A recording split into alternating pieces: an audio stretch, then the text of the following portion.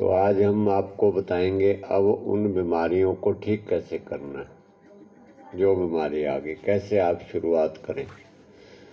सबसे पहले आपको थोड़ा सा ब्रीफ कर देते हैं कि बीमारी के कारण क्या है। खाना पीना गलत, शरीर के अंदर में मल का जम जाना, गंदगी रुक जाना, हमारे विचार गलत होना, व्यवहार हमारा गलत होना, कर्म हमारा गलत होना, बहुत ज़्यादा स्वार्थी लोभी होना, समाज के लिए देश के लिए कुछ ना करना, अपने लिए ही हमेशा सोचना, ऐसे विचार रखना, कोई जीवन में सेवा ना करना कभी भी, और कभी परमात्मा का ध्यान ना करना। हमेशा अगर ध्यान करें भी तुम परमात्मा से कुछ ना कुछ मांगते ही रहना, या फिर जब दुख आए तब भगवान का नाम लेना, और जैसे ही दुख चला जाए तो फिर भगवान को भूल जाना। जो परमात्मा के संविधान है, कुदरत ने बनाया जीवन को जीने के, सारे कर्म उसके उल्टे ही चलना, उल्टे ही करने सारे, अपने मन से चलना। ऋषि मुनियों का बताया हुआ जो रास्ता है जीवन का, उसके सारे काम विरुद्ध करना, ये हमारे रोगों का, दुखों का, परेशानियों का कारण है सारा। इसलिए हम संसार में दुखी हैं, रोगी हैं, बीमार हैं। जो भी हमें कष्ट हैं वो इसके कारण है। अब उसका इलाज सिंपली साधारण तौर पर है कि उन सब चीज़ों का सुधार करना, उसका इलाज है। उसका उन चीज़ों का सुधार हम ना करें और उसकी जगह दवाई खाना शुरू कर दें, और उन आदतों को वैसे ही रखें जैसे थी, जिस कारण से बीमार हुए हैं, तो हम ठीक कैसे होंगे? कैसे हम ठीक होंगे? उन दवाइयों के प्रभाव से थोड़ा सा वो बीमारी दबी हुई हमें लगती है कि दब गई, ठीक हो गए, फिर उभर जाते। क्योंकि जो हमारा जीवन जिस कारण से बीमारी आ रही थी वो तो हमने ऐसे ही रखा, उसको तो ठीक किया ही नहीं।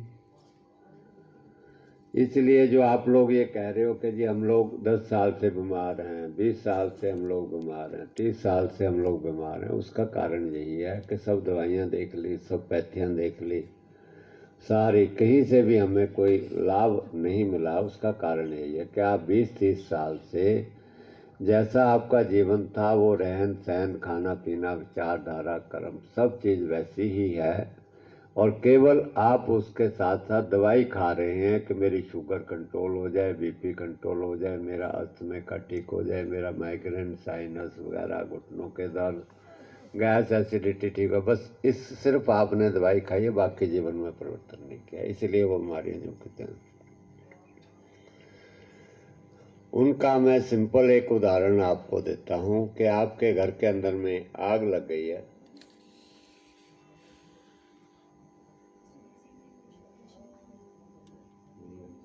गैस का पाइप लीक हो और हम आग को बुझाना शुरू कर दें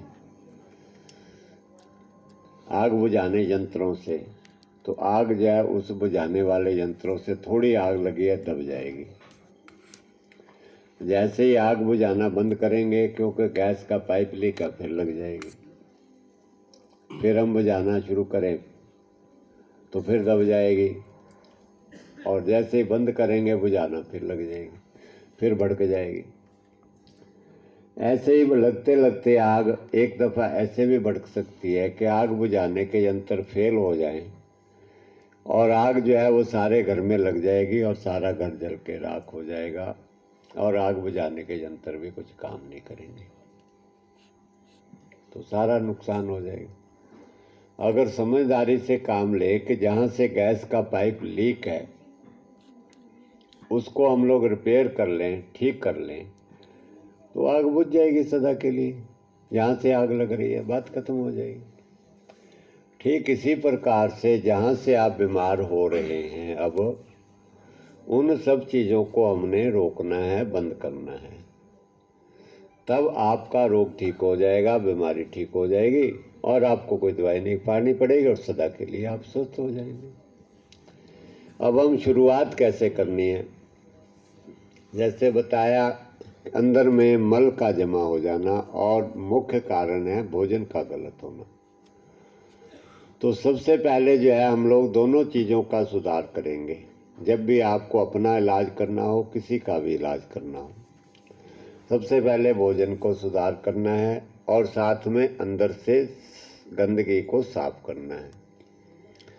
गंदगी हमारे आंतड़ियों में चिपक जाती है, गंदगी जिसकी वजह कारण में कॉन्स्टिपेशन होती है, कब्ज होती है, गैस होती है, बनती है अंदर में घाव हो जाते हैं, आंतड़ियों में जख्म हो जाते हैं, क्योंकि गंदगी पड़ी रहती है, सड़ती है।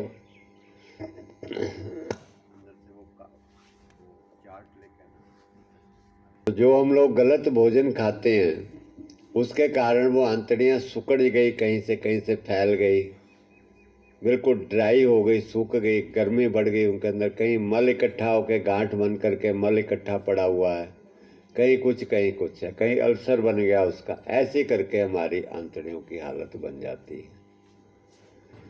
ऐसी परिस्थितियों के अंदर में सड़न रहती है।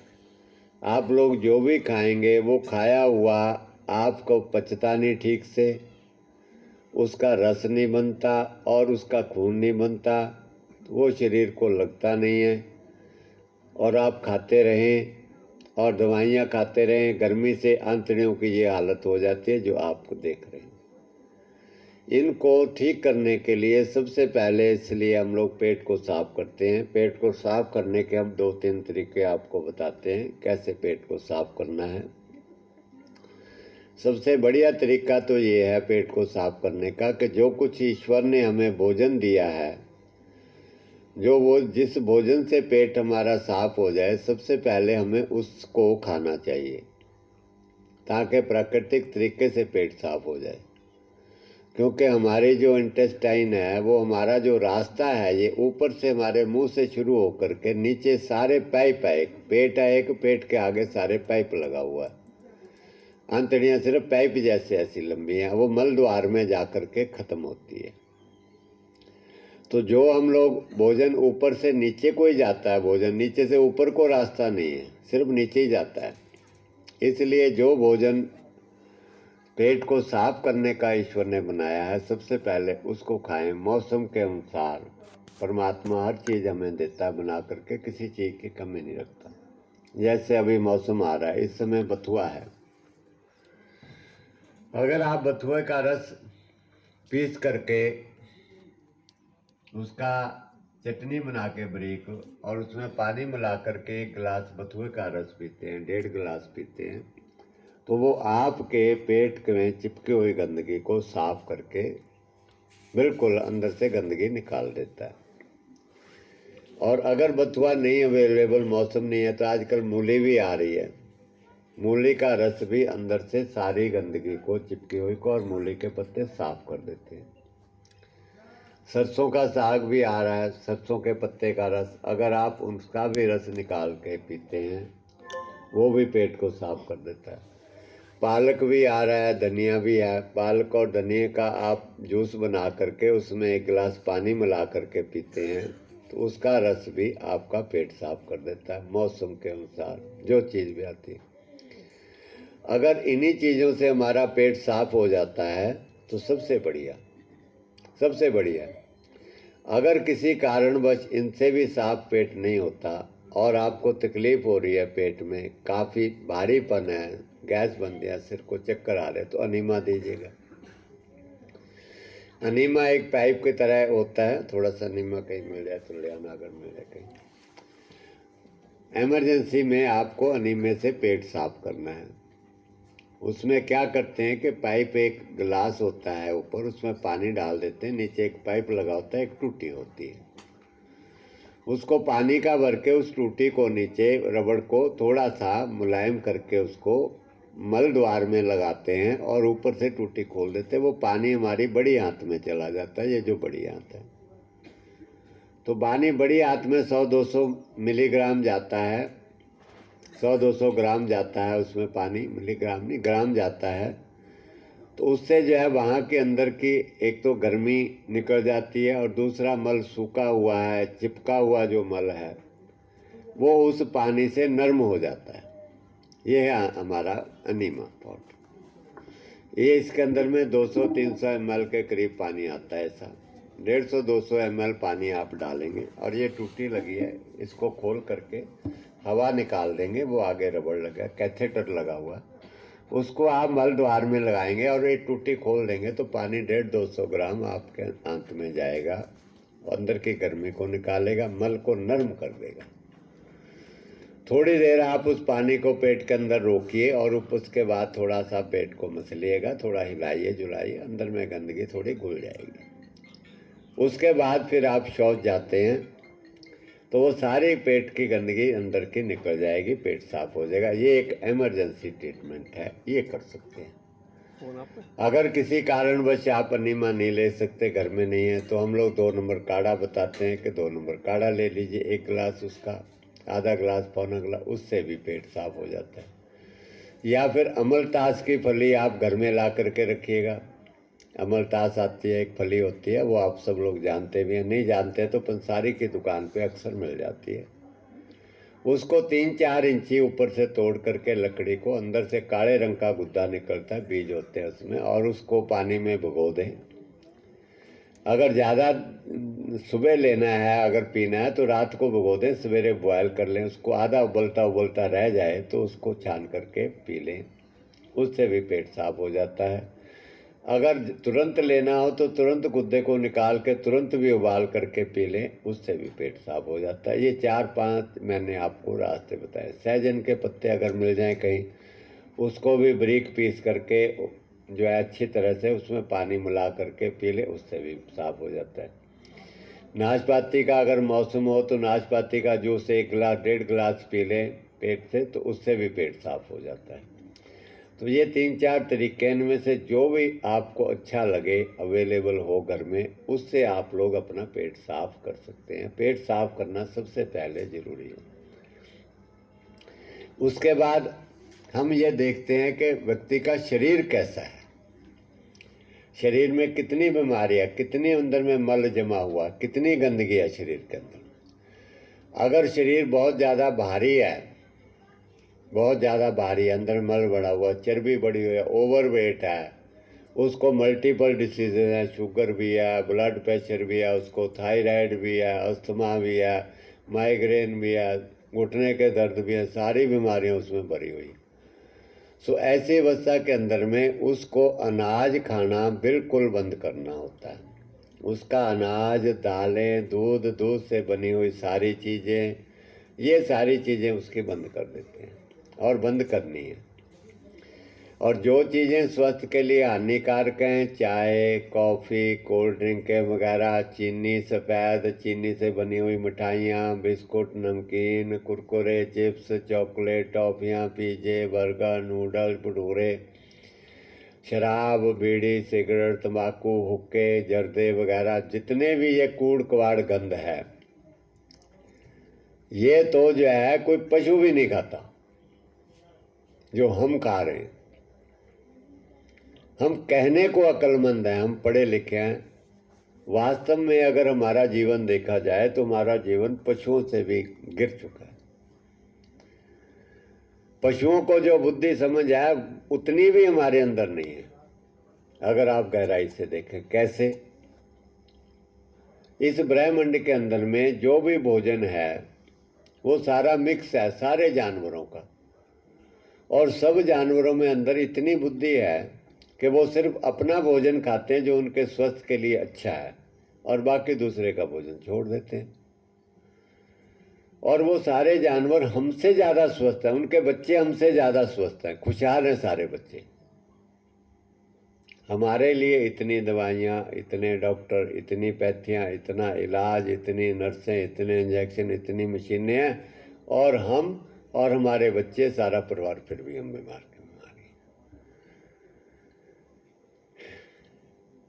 गाय अपना भोजन खाती है, आप उसके खोर में अंडा डाल दो, मुर्गा घेर दो, कोई और ऐसी चीज़ डाल दो, वो नहीं खाती।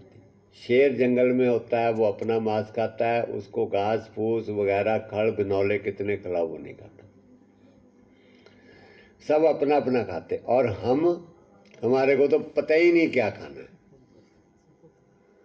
हमारे को तो पता ही नहीं क्या खाना। जो बाजार में मिलता है बंद सी बढ़िया सी सुंदर सी बोतल में, सुंदर से डिब्बे में जो पैक है, पैसे से खरीद के उठेल लेते हैं बस। हमें पता ही नहीं क्या खाना है। वो अच्छी तरह सूंघते हैं, अच्छी तरह सांग। ये बिल्ली यहाँ रहती है, कुत्ता यहाँ रहता है, मेरे पास आ जाती है जब मैं रोटी खाता हूँ। तो जब भी मैं उसको कोई खाने के लिए डालता हूँ रोटी, बड़े अच्छी तरह ध्यान से सूंघ सूंघ के तब खाती है। तो मैं सोचता हूँ देखो इनको कितनी इनके अंदर समझ है कि जो स्वास्थ्य के लिए अच्छी चीज़ है उसको खाएगी। अगर उसको लगेगा, अगर उसको लगता है इसमें कुछ गड़बड़ है तो वो वहीं छोड़ के चली जाती है, खाती नहीं। हम कितना पूछ पूछ करते हैं, खा ले खा ले, खाते नहीं, छोड़ के चली जाती। और हमारे को कोई जो है पैकेट सी बना करके कोई चीज़ टीवी पे विज्ञापन दे दो, आप कितना कूड़ कबाड़ का टीवी पे दे दो विज्ञापन, कूड़ कबाड़ जितना गंदमंद दे दो सारे उसको खाना शुरू कर दें। बच्चे खाना शुरू कर, हम भी उसको खरीद के ला करके बच्चों को लाना शुरू कर, बिना सोचे बिना विचार। और जब बीमार पड़ते हैं फिर हम अस्पताल चले जाना शुरू कर देते हैं। फिर भी नहीं हम सोचते हैं कि भाई इसमें क्या चीज़ है क्या नहीं, फिर अस्पताल जाना शुरू, बस ऐसे भटकते रहते हैं हम लोग। हमें तो अपना परिवार और बच्चों का पालने का भी अकल नहीं है, बाकी तो हम लोग क्या करना हमने। अगर हमें इतनी अकल बुद्धि होती तो हमारे बच्चे स्वस्थ खुशहाल होते, हम भी स्वस्थ और खुशहाल होते ना। तभी तो हम कहते भी हम इंसान हैं। और देखो हम जानवरों से ज़्यादा खुशहाल हैं, हम लोग सुखी हैं जानवरों से। वो तो बेचारे जानवर, उनमें तो बुद्धि थोड़ी है, तभी तो हम कह सकते ना।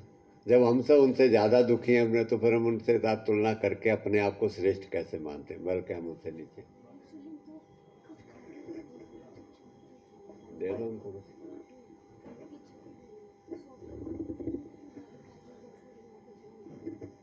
दे दो, वो काढ़ा नहीं चल रहा, शुगर का काढ़ा नहीं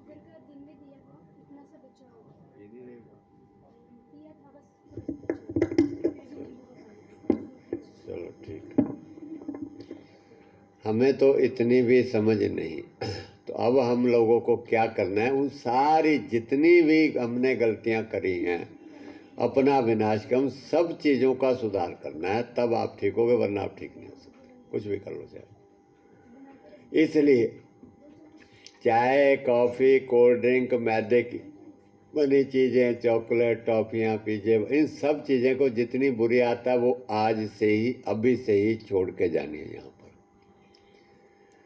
अगर आप कहें जी हम नहीं छोड़ सकते तो फिर चुपचाप दवाई खाते रहो।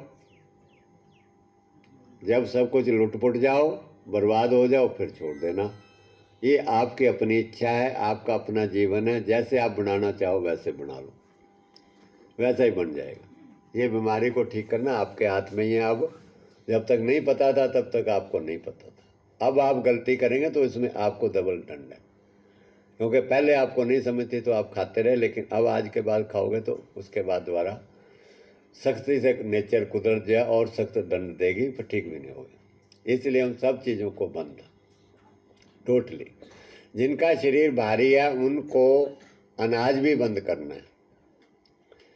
दालें, दूध, दूध से बनी हुई सारी चीज़ें टोटली, मिठाइयाँ टोटल बंद, चाय कॉफ़ी, ये सारी चीज़ें जिनका वजन भारी है और बहुत सारी बीमारियाँ इकट्ठी, उनको ये चीज़ें सारी बंद करनी। भूख लगे तो उनको पेठे का रस, और ये काढ़ा सबसे पहले तो नीम गलोए का वो काढ़ा जो आप लोग यहाँ पीते हो, वो काढ़ा पीना है। 1 गिलास, 1.5 गिलास पानी में 1 चम्मच काढ़ा डाल करके अच्छी तरह उबाल लेना है। उबलते उबलते 1 गिलास रह जाए तो उसको छान करके सवेरे उठ के या दिन में जब भी आप शुरू करो इसला उसको पीना घूट। वो क्या काम करेगा, वो आपके अंदर में सारी इन्फेक्शन को, जितनी अंदर से सड़न हो गई, जख्म हो गए, घाव हो गए गलत खाने से, जितना भी आपके अंदर में खून में खराबी आ गई, दर्द हो रहे हैं, कहीं एसिड बढ़ जाते हैं, तेजाब बढ़ जाते हैं हमारे इसमें, तो कहीं दर्द होता है, किसी के घुटने में दर्द, किसी कंधे के दर्द, किसी कमरे में, उस तेजाबों के कारण दर्द होते हैं। ये काढ़ा है नीम और गलोए है, इसमें 7 जड़ी बूटियाँ, नीम गलोए सौंफ अजवाइन लाल चंदन गोरखमुंडी चिरैता, इससे 7 जड़ी बूटियाँ। इसको आपने उबाल करके पीना है। ये पीते ही आपको फ़ायदा करेगा। जिनको शुगर है वो शुगर भी नॉर्मल हो जाएगी, गैस तेजाब में भी लाभ करेगा, दर्दों में भी लाभ करेगा, आपके अंदर अल्सर बनते हैं उनको भी ठीक करेगा, काफ़ी हद तक ये चीज़ें उनको ठीक कर देगा ये काढ़ा पीना। सवेर से लेकर शाम तक की रूटीन आपको हम बताते हैं कैसे आपको अपनी रूटीन बनानी है। जो बहुत ज़्यादा भारी भोजन है जिनका, उनके लिए है ये रूटीन। जिनका बहुत भारी है, काफ़ी बीमारियां हो गई, सवेरे उठते ही ये काढ़ा पिए। कुछ पहले तो ध्यान करना है सवेरे उठते ही परमात्मा का, जैसे यहाँ पर ध्यान करते हैं ऐसे घर में जा कर के सवेरे उठते ध्यान करना है। ध्यान करने का टाइम 3 बजे से शुरू होता है, 2:30 बजे से 5 बजे तक, 6 बजे तक आप घर की अवस्था अनुसार ध्यान कर सकते हैं।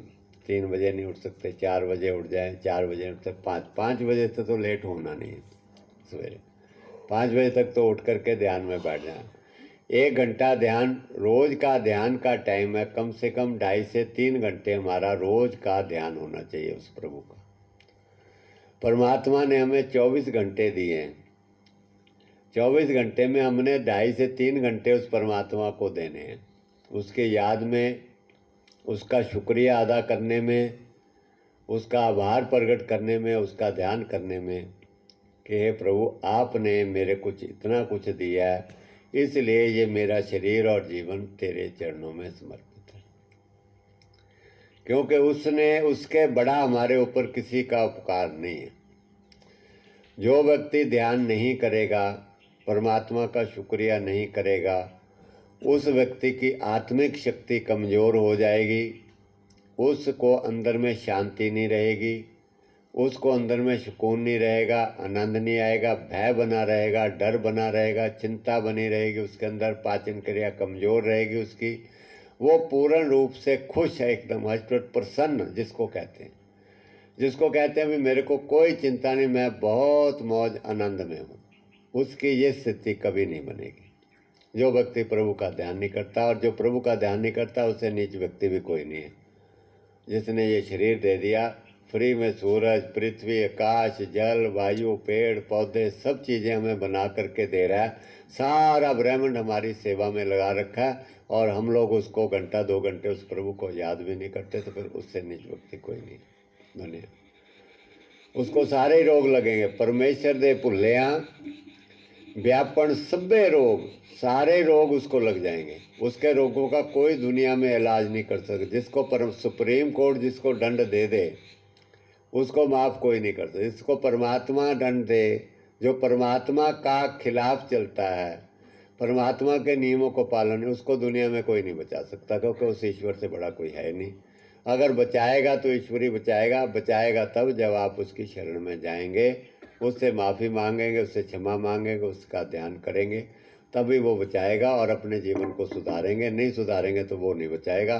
भगवान कहता है जो तुम्हें बचाता है बचा लो, फिर जहाँ तुमको जाना जाओ।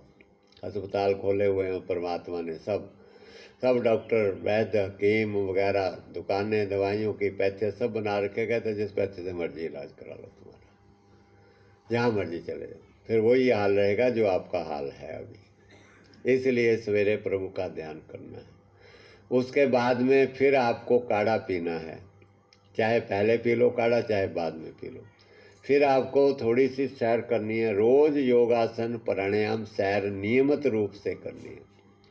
ये नहीं है आज तो थके हुए हैं, आज तो सर्दी ज़्यादा है, आज तो मन नहीं कर रहा है, बहानेबाजी बिल्कुल नहीं चलेगी। सूर्य की रोशनी, सूर्य कभी नहीं कहता मैं थका हुआ हूँ, कभी लेट नहीं होता, कभी नहीं कहता मुझे ठंड लग रही है, कभी नहीं कहता मुझे गर्मी लग रही है। नियमित रूप से जब तक सूर्य उदय होता है तब तक हमने सुबह रोज उठना है। जब हम ठीक होते हैं, बिल्कुल स्वस्थ होते हैं, तब हम कहते हैं अभी तो हम ठीक ठाक हैं, जब हमारे को कोई प्रॉब्लम आएगी फिर कर लेंगे व्यायाम, अभी तो हमें ठीक है। और जब हम बीमार हो जाते हैं, बीमारी आ जाती है, फिर हम कहते हैं अभी तो हम बीमार हैं, हमसे होता नहीं है, जब ठीक हो जाएंगे फिर करेंगे। मतलब कि किसी तरफ भी चलना नहीं है अच्छी तरह। मन के जो है बहाने बनाए जाने हैं। बीमार हैं तो बीमार हैं, कैसे करें? अगर ठीक है तो ठीक ही है, तो फिर क्या जरूरत है करने, किसी तरफ भी चलने को तैयार नहीं। इसलिए बीमार हो तब भी करनी है, आप स्वस्थ हैं तब भी करनी है, ताकि बीमार ना हो। रोज़ व्यायाम करना है। यहाँ से यूट्यूब से कार्यक्रम आता है, इस पे आप अपने रजिस्ट्रेशन व्हाट्सएप पे करवा लीजिए, वहाँ लिंक आएगा, उस पर क्लिक करें, चालू हो जाएगा सवेरे 6:30 बजे। 6:30 बजे से 7:30 बजे तक आप योगासन रोज करिएगा। फिर उसके बाद धूप निकल आती है सूर्य की, अगर धूप नहीं निकलती है, भूख लगाई है, तो ये है पेठा। इसका 1 गिलास जूस निकाल करके पीना है अगर सवेरे आपको 7, 8, 9 बजे भूख लगाए। अगर ना भूख लगे तो नहीं पीना, पहले धूप में बैठ जाओ, धूप निकलती है। सूरज की रोशनी में, पानी में, हवा में, मिट्टी में, आकाश में, ये जो 5 तत्व में, इसी के अंदर जो शक्ति है परमात्मा की, वो शक्ति हमारे शरीर को ठीक करती है। शक्ति हमारे को वो ठीक करती है। उसके अलावा दुनिया की और कोई चीज़ हमारे शरीर को ठीक नहीं कर सकती, चाहे कितनी कोई बना ले मनुष्य।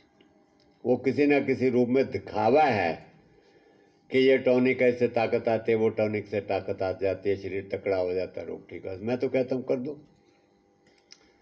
दुनिया में कोई दवाई आपको मिली हुई है, कोई भी डॉक्टर ये क्लेम करे कि मैं स्वस्थ कर दूंगा, रोगों से मुक्त कर दूंगा, मैं उसके चरण पढ़ कर उनका सेवक बन जाऊँ, मैं कहूँगा इतनी दुनिया जो दुखी बीमार है उनको सबको स्वस्थ कर दो, हमारी तो ड्यूटी खत्म हो जाए। स्वस्थ कर दो सबको, मैं सबको वहीं भेज दूंगा, भाई वहाँ चले जाओ, ठीक हो जाओ। लेकिन ना तो हमें कोई मिला है। अगर आपको उसे ना किसी ने हमें आकर आज तक बताया कि फलानी जगह कोई ऐसा हॉस्पिटल है फलानी जहाँ पर सारे रोग मेरे ठीक हो गए, मैं एकदम आज पर स्वस्थ हो गया हूँ, आप में से कोई गया है तो बता दो मेरे को। अगर नहीं है तो आप के इस रास्ते के अलावा और कोई रास्ता नहीं है, इसको अपना लो। ये पेठे का सूर्य की रोशनी शरीर के ऊपर लेनी है, सुबह सुबह की हल्की, बहुत ज़्यादा गर्मी, बहुत ज़्यादा धूप शरीर पे नहीं लेनी, वो नुकसानदायक है। सारे शरीर पे लगे, कोशिश करें कपड़े उतार के कम से कम पहन के लें, ज़्यादा अच्छी बात है। अगर नहीं कपड़े उतार सकते तो मोटे कपड़े पहने जिसमें से सूर्य का प्रकाश अंदर चला जाए, आपकी चमड़ी पे लगे, शरीर पे लगे, उससे आपके अंदर के शरीर के एक तो डी विटामिन मिलता है, हड्डियाँ मजबूत करती है सूर्य की रोशनी, पाचन क्रिया को ठीक करती है। सूरज की रोशनी से पाचन क्रिया ठीक होती है। अंदर में जितनी गंदगी चिपकी हुई है उसकी रोशनी से वो मेल्ट होकर के, नरम होकर के वो बाहर निकलती है गंदगी सारी, सूर्य के प्रकाश से। तो अनेक उसके लाभ हैं सूर्य के रोशनी के, जिसका हमें पता नहीं है। अंदर में जितना बैक्टीरिया है, कीटाणु है, सूर्य के प्रकाश से वो सारा मर जाता है। जिसको हम लोग एंटीबायोटिक दवाइयाँ खा खा के मारते हैं, वो एंटीबायोटिक दवाइयाँ जहर हैं, वो हम खाते हैं अंदर के कीड़ों को, बैक्टीरिया को मारने के लिए। वो दवाइयाँ बैक्टीरिया को तो जो मारते सो मारते, साथ में हमें भी मारती है वो, उसके साथ हम भी मर जाते हैं। इसलिए जिसने भी ज़्यादा एंटीबायोटिक दवाइयाँ खाई हैं वो देख ले, वो खुद भी जो है अधमरा हो गया दवाइयाँ खाते खाते। टीबी की बीमारी की जो है दवाइयाँ खाते खाते वो टीबी का मरीज अधमरा हो जाता है। जयप्रकाश जी यहाँ आए थे, आपको पता है 1 महीना दवाई खाई थी, क्या हाल हो गया था। ये सूरज की रोशनी एंटीबायोटिक है। हमारे विज्ञान ने भी रिसर्च करके कुछ चीज़ें प्रकृति के साथ जोड़ी हैं। उन्होंने जो टीबी का बैक्टीरिया था, कीटाणु था, उसको पहले पानी में, खोलते पानी में उबाला उसको खूब, और उसके बाद चेक किया, लेकिन वो मरा नहीं। खोलते पानी में भी टीबी का बैक्टीरिया नहीं मरा, इतना ताकतवर था। फिर उन्होंने सूर्य की रोशनी में रख दिया उसको, सूर्य की रोशनी लगाई, और सूरज की रोशनी लगाई तो वो मर गया। इस सूर्य के प्रकाश के अंदर में जो चीज़ें भी हमें नुकसान देने वाले कीटाणु बैक्टीरिया, उसको वो सूर्य का प्रकाश मार देता। अगर वो सूर्य का प्रकाश ना हो, इस ब्रह्मांड में कीटाणु कीड़े कीड़े हो जाए इस ब्रह्मांड में सारे, और वो कीटाणु हमें मार दें सारे, हम जी नहीं सकते एक दिन भी। अगर सूर्य का प्रकाश एक दिन भी उदय ना हो, हम जी नहीं सकते। तो इसलिए अपने सूर्य की रोशनी में अगर आप बैठते हैं तो किसी भी प्रकार का इन्फेक्शन आपके अंदर हो गया, टीबी भी है, चाहे टीबी के कितने मरीज यहाँ ठीक हुए हैं, 10-15 दिन में ही उनकी टीबी ठीक हो गई, आपके सामने हुई है। धूप में बिठाया उनको को, सारा बैक्टीरिया मर गया धूप में रहने से। वैसे तो हमारे को समझ आया, घर के अंदर में दालें कोई ख़राब हो जाए, अचार ख़राब हो जाता है, हमारा कोई भी चीज़ है उनमें कीड़ा लग जाता है तो हम उसको धूप में डाल देते हैं। दालों में, अनाज में, गेहूं में, कहते धूप में डाल दो, धूप में डाल दो, किसी में भी कीड़ा लग जाए। इतनी तो हमें अकल है कि उसको धूप में डालने से वो शुद्ध हो जाती है, कीड़ा मर जाता है, कीड़ा छूट जाता है। लेकिन हमें इतनी बुद्धि नहीं है कि जो शरीर में कीड़े पड़ गए, गंदगी पड़े होने का, इस शरीर को भी धूप में डाल दो, शरीर के भी सारे कीड़े मर जाएंगे। पुराने ज़माने के अंदर में लोग जो घर बनाते थे वो इस हिसाब से बनाते थे कि जैसे ही सूर्य उदय हो तो उसका रोशनी प्रकाश घर के अंदर सीधा आए, दरवाजे खिड़कियां ऐसे खुले रखते थे सूर्य की ओर। कहते थे जिस घर के अंदर सूर्य का प्रकाश आएगा उस घर के अंदर बीमारी नहीं आएगी। बीमारी इसीलिए नहीं आएगी कि वो कीटाणु बैक्टीरिया को मार देगी। सूर्य का प्रकाश जो है शुद्ध रहेगा हमारा घर और स्वस्थ रहेंगे। हम लोगों को कपड़े में बदबू आ जाती है, खाट में खटमल पड़ जाते थे, गांव में हम रहते थे तो उस खाट को धूप में डाल देते थे, सारे खटमल मर जाते थे, खाट में से अंदर होते थे जितने भी। तो ये सब चीज़ें हम लोग गए भूल। अब हम पड़ गए दवाइयों में, आधुनिक चिकित्सा के चक्कर में कि ये मॉडर्न चिकित्सा, ये बढ़िया चिकित्सा, उससे उसको हमने बैकवर्ड समझ लिया, पुराने ज़माने की समझ लिया, वैद्य हकीमों की चिकित्सा समझ लिया, झोला छाप डॉक्टर बना दिए हमने ऋषि मुनियों को अपने को, और हम जो है ज़्यादा पढ़े लिखे वैज्ञानिक बन गए, और इसलिए ये दुर्गति हो रही है, इसलिए ये दुर्गति हो रही है अब हमारी। इसलिए हमें जागना है। हमारे ऋषि मुनि जो है झोला छाप डॉक्टर नहीं थे, वो ईश्वर के भेजे संत थे, एक महान ताकत थी वो। हमें उनको पहचाना नहीं है। काले अक्षरों की डिग्रियां यहाँ काम नहीं करती। अगर काम करती हो तो मुझे क्या तकलीफ है, मैं तो कहता हूँ सारे ठीक हो जाओ। कभी मैंने रोका किसी को जाकर के कि आप अस्पताल में इलाज मत करवाओ, आप ही वहाँ से करवा के दुखी होके आ रहे हैं। इसलिए हम लोग तो, गुरुजी ने तो इसलिए हमारे भलाई के लिए ही हमारे को ये विद्या का ज्ञान दिया कि भाई तुम लोग वहाँ तड़प के मर रहे हो, जहर खा के, इसलिए इस रास्ते पे चलो। वरना उनको क्या ज़रूरत थी अपना सारा जीवन हमारी सेवा में लगाने की, क्या ज़रूरत है। हम तो अपने बच्चे पाल रहे हैं ना खूब, उन्होंने हमें पाला, सारे संसार को उन्होंने पाला, क्या ज़रूरत थी उनको। ज़रूरत थी, हमें थी ज़रूरत इसकी। हम पुकार कर रहे हैं, हम दुखी हैं अंदर से, इसलिए परमात्मा ने उनको भेजा। अब उनकी कदर ना करें तो उसमें हमारी गलती मत करो। इसलिए धूप में डाल देना है, आधा घंटा 1 घंटा। गर्मियों का मौसम है तो 15-20 मिनट, आधे घंटे में काफ़ी हो जाती है धूप। सर्दियों का मौसम है, आप 1 घंटा बैठ जाइए, जब तक सुहानी सुहानी धूप लगती है, सुहाते लगते तब तक बैठ जाइए। जब हल्का सा पसीना आ जाए, यहाँ से आ जाए, यहाँ से आ जाए, उस समय तुरंत ही जा कर के पानी की पट्टी पेट पर, गले पे, सिर पे लगा लीजिए जैसे आप लगाते हैं। पट्टी लगानी सबने सीख ली है, सीख लिया। किसी को नहीं आती पट्टी लगानी तो बता दो, पानी की पट्टी कैसे लगाते हैं, पेट पे, गले पे, सिर पे, सबको आती है, ठीक है। इस तरीके से पानी की पट्टी लगा लो। अगर गर्मी का मौसम है, ज़्यादा सर्दी नहीं है, तो पट्टी लगा करके टब में लेट जाइएगा। 2 इंची करीब पानी डालना है टब में, जैसे आप लेटते हो यहाँ पर वैसे लेट जाइए। दिखाने की ज़रूरत है तो देख लीजिए, नहीं दिखाने की ज़रूरत तो आप रोज़ लेटते ही हैं तो आपको मालूम ही है। उसके अंदर में 20 मिनट 30 मिनट बैठना है, और अगर उसमें आपको नींद आ जाए तो सो भी जाओ, कोई बात नहीं। टब के अंदर घड़ी 2 घड़ी आराम कर लो, सो जाओ। जब आँख खुलेगी तब उठ जाना। आँख, क्योंकि हमारी रीढ़ की हड्डी में हमारा जो नर्वस सिस्टम है वो सारा एक्टिव हो जाता है पानी के टब में बैठने से। और बहुत लोगों को जिनको नींद नहीं आती है उनको नींद आने लग जाती है टब में बैठने से। जो लोग आए हैं यहाँ पर पीछे से, किन किन लोगों को नींद नहीं आती थी घर पर, हाथ खड़ा करेंगे किसको नींद नहीं आती थी। कई लोगों ने कहा जी रात को नींद नहीं आती हमारे को। कोई है आपका यहाँ से? वो पीछे है माता जी बैठी, उनको नींद नहीं आती। और कोई? गुरुजी कहेंगे ना। और कोई है जिसको नींद नहीं आती थी घर के अंदर में? आपको नींद आ रही है? अभी आ रही है कुछ? कितनी नींद आ रही है बताओ जरा। और किसको नींद आने लग गई जिसको नींद नहीं आती थी? आ जाइए। पूरी टब में डेमो के लिए आए हैं। हाँ, टब के अंदर में बैठिए, पट्टी ले आए। पट्टी वो पांडे जी पट्टी दीजिए। आप दवाई खाते थे नींद की? बताइए जरा। दवाई खाती थी। इसको थोड़ा ऑन कीजिए, ऑन ही रहने देना। मैं 10 साल से डिप्रेशन की दवाई एक रात को गोली खा के सोती थी, उससे भी मेरे को रात को नींद नहीं आती।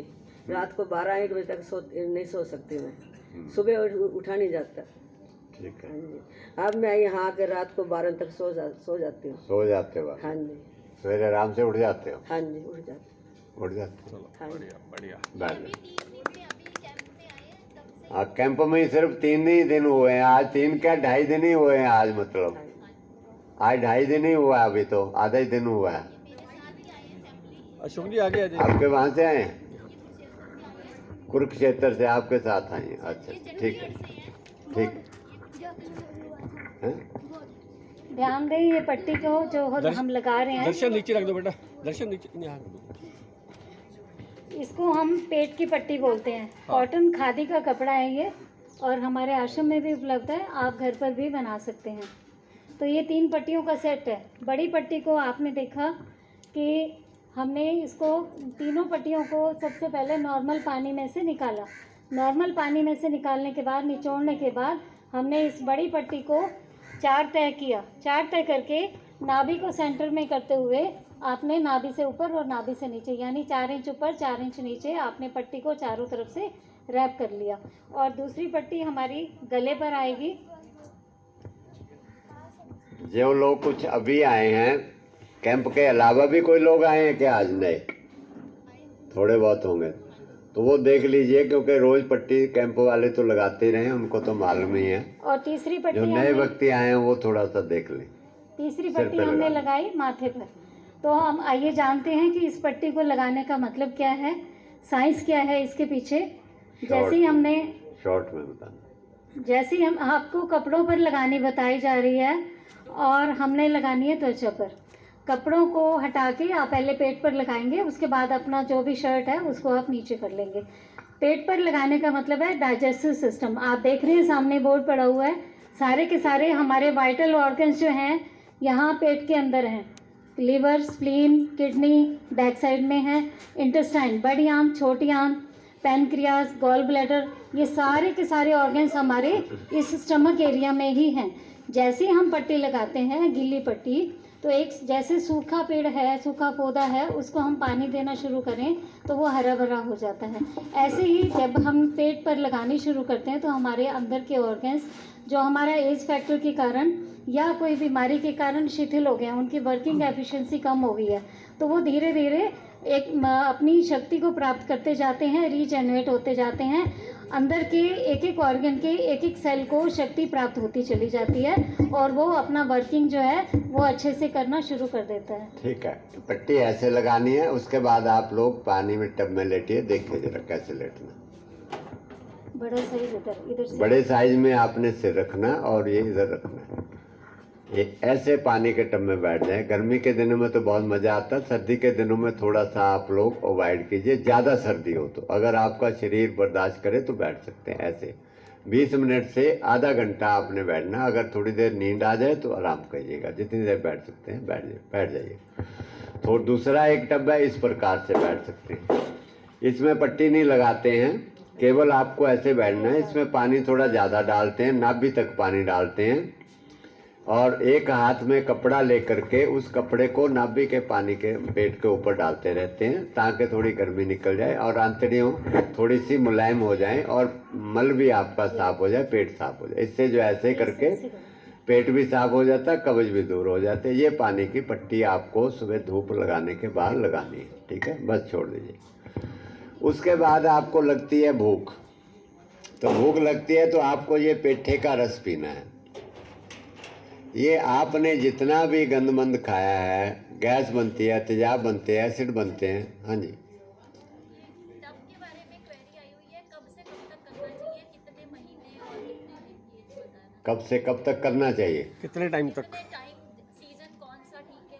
सीजन कुछ नहीं है, आपको अपने शरीर की क्षमता को देखना है। अगर आप ठंडे पानी में बैठ सकते हैं आजकल तो बैठ जाइए, अगर आपको ठंड लग रही है तो मत बैठिए। बस कोई भी सीजन हो, आपको जब भी आप पानी का, अगर सर्दी में भी आपका इसमें क्षमता है बैठने की तो बैठ जाइए, दिन में बैठ जाइए, धूप निकली हुई है। अगर आपको गर्मी में भी लग रहा है मुझे कोई परेशानी हो रही है तो गर्मी में ही मत बैठिएगा, ठंड लग रही है। मतलब कि शरीर के ऊपर हिंसा नहीं करनी, जोरा जरबी नहीं करनी, ज़बरदस्ती नहीं करनी, आराम से जो है शरीर को चलाना है हमने, बिल्कुल ही नेचुरली, तो आपको नुकसान नहीं होगा, फ़ायदा ही फ़ायदा होगा। उसके बाद आपको पेठे का 1 गिलास जूस पीना है। ये पेठा है, आप देख रहे हो मिठाई वाला। वास्तव में असली अमृत ये है। इसको कुछ व्यापार बन जाता है लोगों का पैसा कमाने का, तो इसको उन्होंने व्यापार बना लिया। इसके गुद्दे को जो है जला करके, उबाल करके, उसमें मीठा डाल के, चीनी की जहर मिला के इसकी मिठाई बना दी, और वो जो है जहर बन गई। अब वो मिठाई हम खाते रहते हैं, इसका पता नहीं है, इसलिए हम लोग बीमार और रोगी रहते हैं। ये पेठे का juice sugar, blood pressure, sinus, migraine, asthma, sinus वगैरह अनेकों रोगों को ठीक करता है। ये सारे शरीर के अंदर से धुलाई करता है, पेट की चिकनाई को साफ करता है, अंतड़ियों को साफ करता है, खून को साफ करता है, ब्लड प्रेशर है उसको आपके ठीक कर देगा, जितना भी हो चाहे पुराना ब्लड प्रेशर सबको ये ठीक कर देता है। शुगर तुरंत लगभग काफ़ी कम हो जाती है, इससे गैस एसिडिटी ठीक हो जाती है। अनेक इसके फ़ायदे हैं।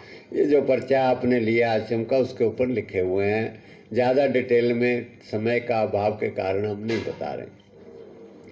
इसको पिया, अगर ये ना मिले बाय द वे, घिया मिले तो घिए का जूस पी लीजिएगा, खीरा घिया मिला कर गर्मियों के दिनों में। अगर वो भी बाय द वे किसी कारणवश ना मिले आपको, तो सवेरे अगर मौसम के अनुसार मूली आ रही है, मूली का रस निकाल के पी लें, या सलाद खा लें, गाजर, मूली, टमाटर, खीरा, हरा धनिया, उसका एक सलाद बना के खा लें। अगर वैसे तो अवेलेबल होता है, ये 12 महीने मिलता है, लेकिन फिर भी कहीं जगह किसी जगह नहीं भी मिलता, तो आप दूसरी चीज़ों का उपयोग कर सकते हैं। इसको पीने के बाद 2 घंटे 3 घंटे तक कुछ ना खाएं। अगर शरीर ज़्यादा भारी है, मल्टीपल रोग हैं, तो 4 घंटे तक कुछ ना खाएं। अगर बीच में किसी को कहता है जी भूख बहुत ज़्यादा लगती है, क्या करें, तो पानी पी लें, घूट घूट करके सादा पानी पी लें 1 गिलास। तो आपको जो है भूख, जो झूठी भूख लगती है, जब हमने गलत चीज़ें खाई पी होती हैं, हमारे अंदर तेजाब बढ़ जाते हैं पेट में, जो भी खाते हैं उसके तेजाब बढ़ जाते हैं। वो तेजाब जो है हमारे पेट को अंदर से, चमड़ी को गलाना शुरू कर देते हैं अंदर से, और हमें लगता है कि हमें भूख लगी हुई है। वास्तव में वो भूख नहीं होती। कई लोग यहाँ आते हैं, बुजुर्ग भी हैं, उम्र भी काफ़ी, वो कहते हैं जी इतनी भूख लगती है, हमें इतनी भूख लगती है, जी करता खाए जाए खाए जाए। वास्तव में वो भूख नहीं है। एक सज्जन बैठे हुए हैं यहाँ पर, बता रहे थे अभी भूख लग रही है आपको इतनी, बताओ जरा आकर के। ये कह रहे थे मेरे को इतनी भूख लगती है कि मुझे शर्म आती है बच्चों से मांगते हुए, कहेंगे अभी तो तेरे को खाने को दिया, फिर मांग रहे खाने के लिए, इतनी भूख लगती है मेरे को। पहले तो भूख के बारे में पहले तो मैं कह ही दिया था, जो आधे घंटे से ज़्यादा मुझे खाए बिना रहा नहीं जाता। आधे घंटे के बाद बच्चों से कहने में शर्म होती थी। ये 3 दिन में स्थिति ये है, जो जब से मैं आया हूँ, रात का भोजन तो मैं लेता ही नहीं हूँ, रुचता ही नहीं है। और जो कुछ भी मिलता है, सलाद वगैरह मिलते हैं, तो वो जरा सा, और उसमें टेस्ट बढ़ गया है। पहले अच्छा नहीं लगता था, अब वो टेस्टी लगता है। आप बांट रहे थे, आपसे 2 गाजरें मैंने मांग के और ली थी। धन्यवाद। तो जो हम लोगों ने पहले खाना खाया वह गलत खाया, उसके कारण तेजाब बढ़ गए, और पेट को तेजाब काटना शुरू कर देते हैं, और हमें एहसास होता है कि भूख लगी है। हम कुछ ना कुछ खा लेते हैं। कुछ डॉक्टर भी हमें कह देते हैं थोड़ी थोड़ी देर बाद कुछ ना कुछ खाते रहो, नहीं तो गैस बन जाएगी। अब हम लोग वो खा लेते हैं, तो क्या होता है, पेट में जाकर वो तेजाब हैं, जो चीज़ हमने खाई उसके साथ मिक्स हो गए। वो मिक्स होने के बाद वो पेट की झिल्ली को काटना बंद कर देते हैं, और हमें लगता है कि हमारे की भूख की तृप्ति हो गई, और हम लोग सोचते हैं चलो मुझे आराम आ गया।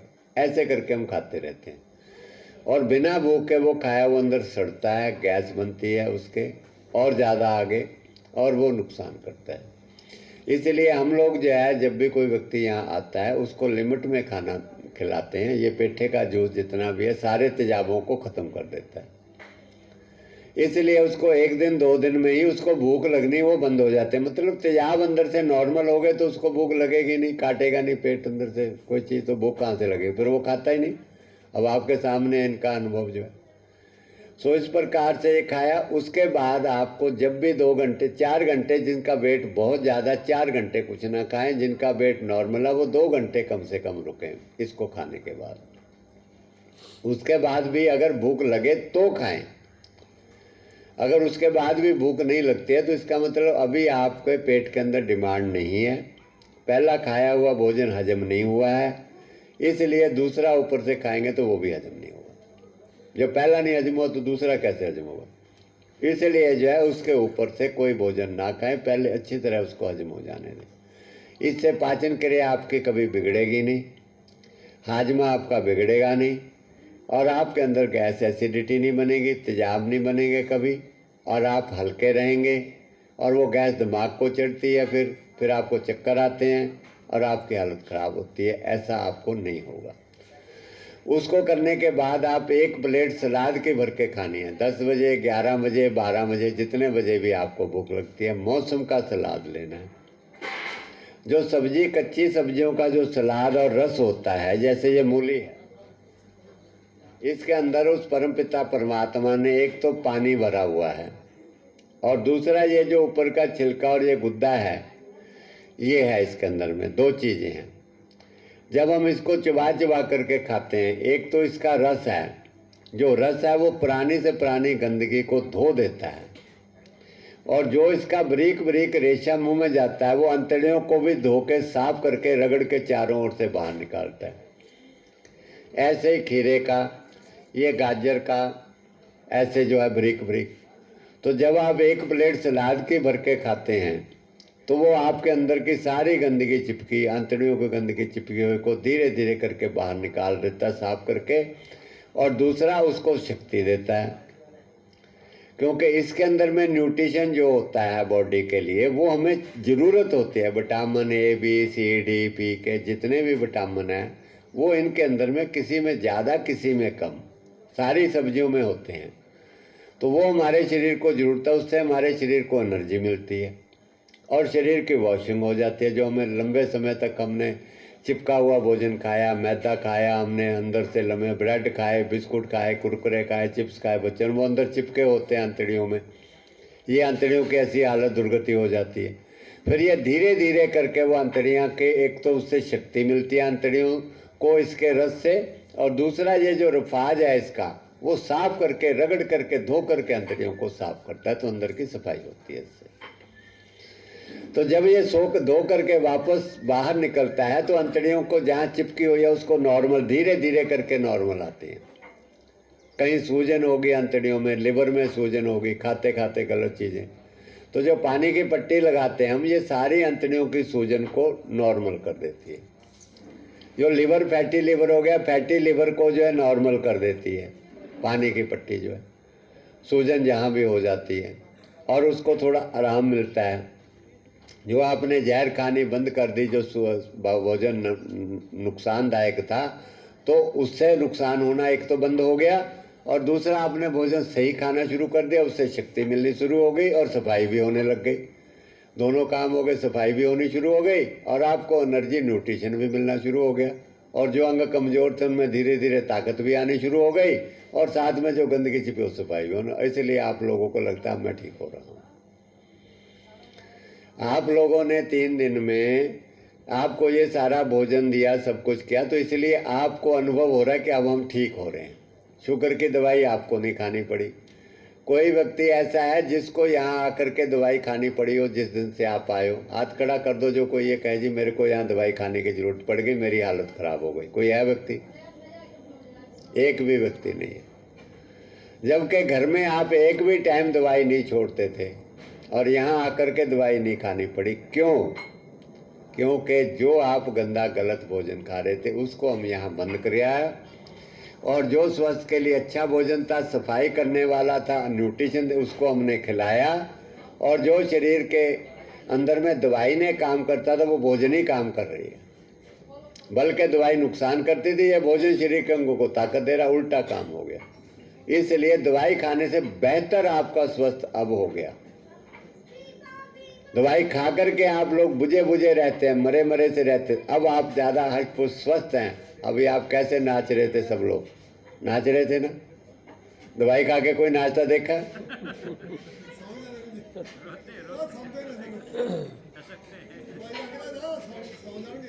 सो जाएंगे, दवाई खा करके सो जाएंगे। अस्पताल से कोई व्यक्ति नाचता हुआ आता दिखाई देगा किसी ने 10 लाख रुपया दे के? बताओ जरा।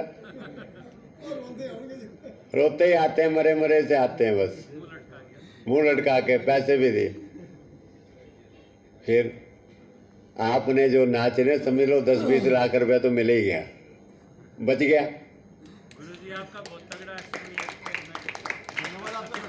लेकिन ऐसे ही आपको अगर खुशी हमेशा के लिए बनाए रखनी है तो आपको इन नियमों को, सब चीज़ों को जीवन में अपनाए रखिएगा, फिर आप हमेशा खुश नाचते हंसते खेलते रहेंगे जीवन भर। अगर वहाँ जाके बिगड़ जाएंगे तो फिर हालत फिर बिगड़ जाएगी। तो दोपहर को आपने 1 प्लेट सलाद की खा ली, ठीक है। उसके बाद में फिर जब भी भूख लगे 2-3 घंटे कम से कम रुकना है, जल्दी जल्दी नहीं खाना, 2-3 घंटे रुकना। उसके बाद में आपको एक मौसम का फल लेना है, 2 बजे, 3 बजे, 4 बजे। शुगर कितनी भी हो, मौसम का फल आप लोग ले सकते हैं। अमरूद इस समय आ रहा है, अमरूद सबसे बढ़िया फल है, अमरूद खा लें। अमरूद के बीज भी, उसके अंदर सी विटामिन भी है, अमरूद का ताकत भी देगा, साथ में उसके बीज धोएंगे भी, दोनों काम करने। हमने शरीर के अंगों को एक तो शक्ति ताकत देनी है और दूसरी सफाई करनी है। आपको मैंने बताया था, एक तो गलत भोजन खाते हैं, दूसरी गंदगी भर जाती है। गंदगी को निकालना है और अंदर में अंगों को ताकत देने वाला भोजन खाना है, इसलिए अमरूद खाना है बीज समेत। जब आप अमरूद खाएंगे बीज समेत, ब्रिक ब्रिक वो भी रगड़ रगड़ के धोके अंतड़ियों को साफ करेंगे और साथ में सी विटामिन भी मिलता है उसमें, इसलिए आपको एनर्जी भी आएगी और सफाई भी हो जाएगी। तो धीरे धीरे करके जब आप लगातार आप ऐसा करेंगे तो थोड़ी थोड़ी रोज़ सफाई होती जाएगी, रोज़ थोड़ी थोड़ी आपको ताकत शरीर को मिलती जाएगी, खून आपका साफ होता जाएगा, ब्लड प्रेशर आपका गायब, पैंक्रियाज को आप एक्टिव हो जाएंगे, शुगर आपकी गायब हो जाएगी। धीरे धीरे इसका रस जो है वो छाती की बलगम को निकालना शुरू कर देगा अंदर से, तो आपका अस्थमा गायब हो जाएगा।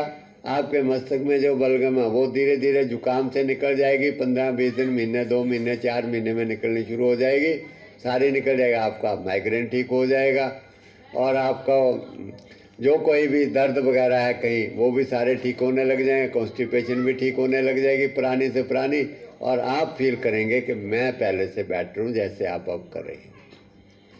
रात को जिनका वजन ज़्यादा है अनाज ना खाएं, सब्जियां उबाल लें, जैसे आपको बताया था सब्जी कैसे बनानी है। बार बार सब चीज़ें बताएंगे तो फिर टाइम ज़्यादा लगता है, अभी भजन वगैरह भी शुरू होने वाले आने वाले। तो उसके बाद में फिर आप लोग शाम को उबली हुई सब्जियां मौसम की 1 या 2 सब्जी मिक्स करके अच्छी तरह काट के धो करके खाली पानी में उबाल लें, पानी में उबाल लें। उबाल करके उबलते उबलते में उसमें थोड़ा सा तेल डाल दें, थोड़ी चिकनाई के लिए सरसों का तेल या तिल का तेल। उसको जला करके छोंक ना लगाएं, इतने बात का खास ध्यान रखें, छोंक ना लगाएं सब्जी में। उसके बाद में तेल डाल दिया, जब वो पक गई, उबल गई अच्छी तरह से, फिर उसके अंदर में टमाटर पीस के डाल लीजिए। टमाटरों को गर्म नहीं करना, उबालना नहीं है। थोड़ी सी नारियल की गिरी डाल लीजिए, थोड़ा सा जीरा डाल लीजिए भून करके, उसके अंदर में कड़ी पत्ता डाल दें।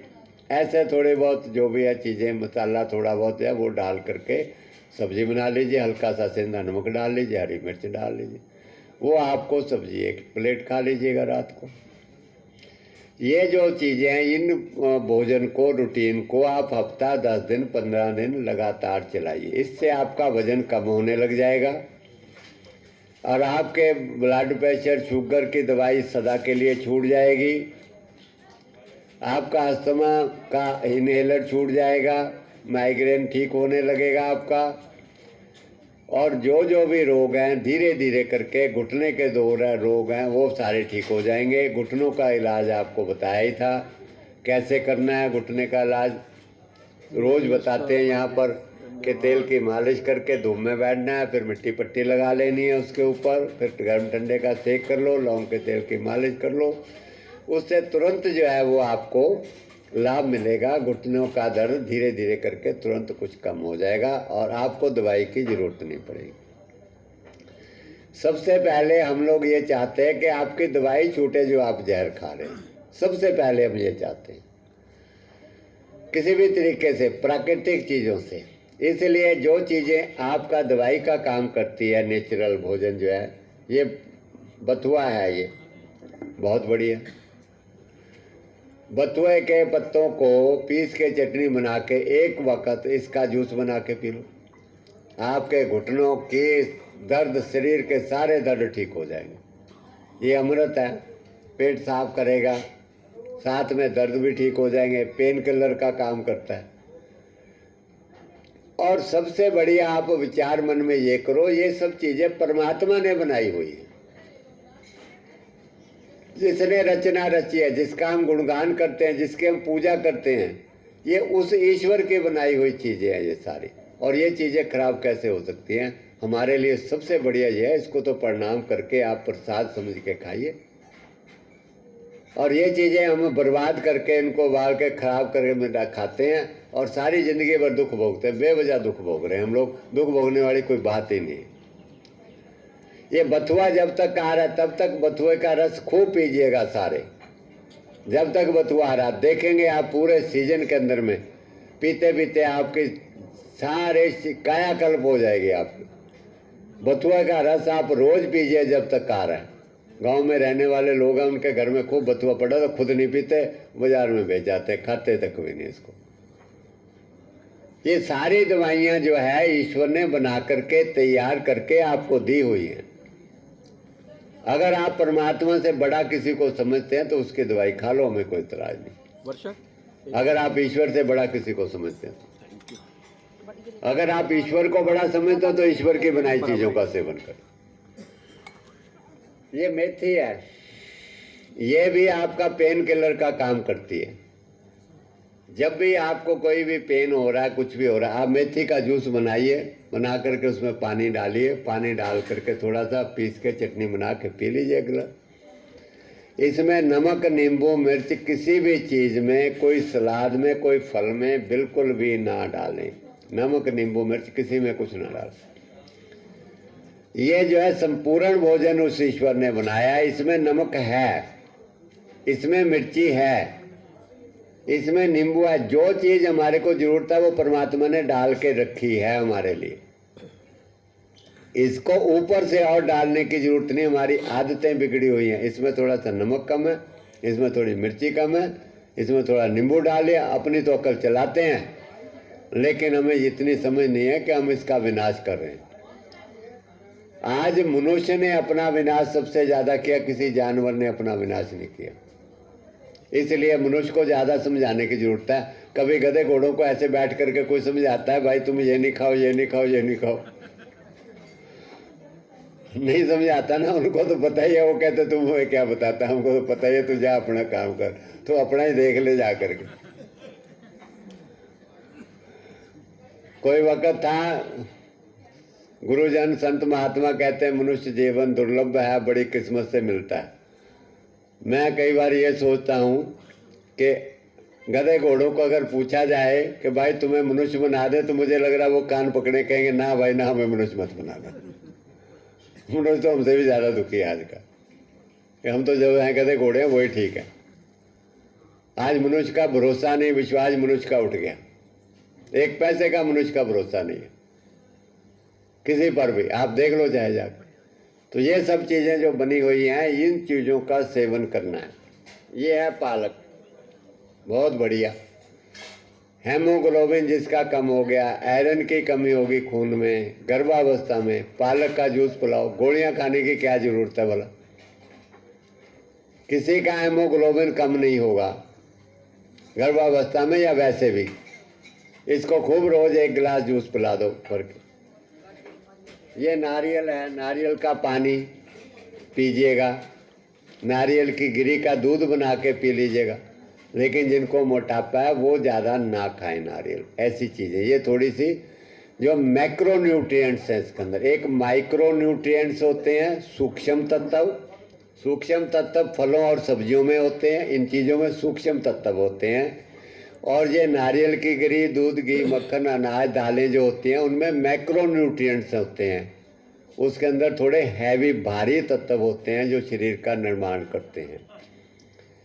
इसलिए अगर आपको ज़्यादा वजन कम है, कमज़ोर हैं, थोड़े से शरीर बड़ फूल रहा है, उनको मैक्रो न्यूट्रिएंट्स की ज़रूरत पड़ती है ज़्यादा की। इसलिए वो लोग जो हैं अनाज, दालें, दूध, घी वगैरह, स्प्राउट्स वगैरह ऐसी चीज़ें वो बच्चे और वो व्यक्ति जो खूब मेहनत करते हैं वो इन चीज़ों का सेवन कर सकते हैं। जो लोगों का इतना मेहनत नहीं है, उम्र के हिसाब से भी जो है 40, 50, 60 साल की एज हो गई है, बीमारियां भी भरी हुई हैं, अगर वो मैक्रो न्यूट्रिएंट्स वाला भोजन खाएंगे, अनाज खाएंगे, दालें खाएंगे, ज़्यादा दूध घी मक्खन खाएंगे, तो उनका रोग ठीक नहीं होगा, बल्कि रोग बढ़ेगा। क्योंकि दो काम हमने करने, एक तो शरीर की सफाई करनी है और दूसरा शरीर के अंगों को ताकत देने वाला भोजन खाना है। इसलिए सफाई करने वाला भोजन हम खाएंगे, ये चीज़ें जितनी भी हैं तो शरीर के गंदगी चिपकी हुई साफ़ होगी पेठे के जूस से, इन चीज़ों से, और इनके अंदर जो न्यूट्रिएंट्स है वो हमारे को कुछ ताकत भी देंगे और उससे जो हमारा रोग ठीक हो जाएगा। अगर हम उसमें मैक्रो न्यूट्रिएंट वाला भोजन खाएंगे तो सफाई नहीं होगी, अंदर से गंदगी, हमारा डाइजेशन कमज़ोर है, खाया हुआ भोजन हजम भी नहीं होगा, पचेगा भी नहीं और सड़ेगा, उल्टा हम और बीमार पड़ेंगे ज़्यादा। इसलिए जो लोग घर में बीमार हैं उनको लोगों दलिया खिला देते हैं, खिचड़ी खिला देंगे, रोटी खिला देंगे, सब्जी खिला देंगे, दूध पिला देंगे, भी तकड़ा हो जाएगा, बादाम खिला देंगे, और वो जो तकड़े की जगह उल्टा बीमार हो जाता है, ऊपर से दवाइयाँ खिलाते रहते हैं। इसलिए वो कभी ठीक होता ही नहीं और ना वो ठीक हो सकता है कभी। आप खुद को हम करके दिखाते हैं। जिन्होंने 10-10, 15-15 गोलियां रोज खाते थे, यहाँ एक भी दवाई आपको खाने की जरूरत नहीं पड़ी और किसी की तबीयत भी खराब नहीं हुई है।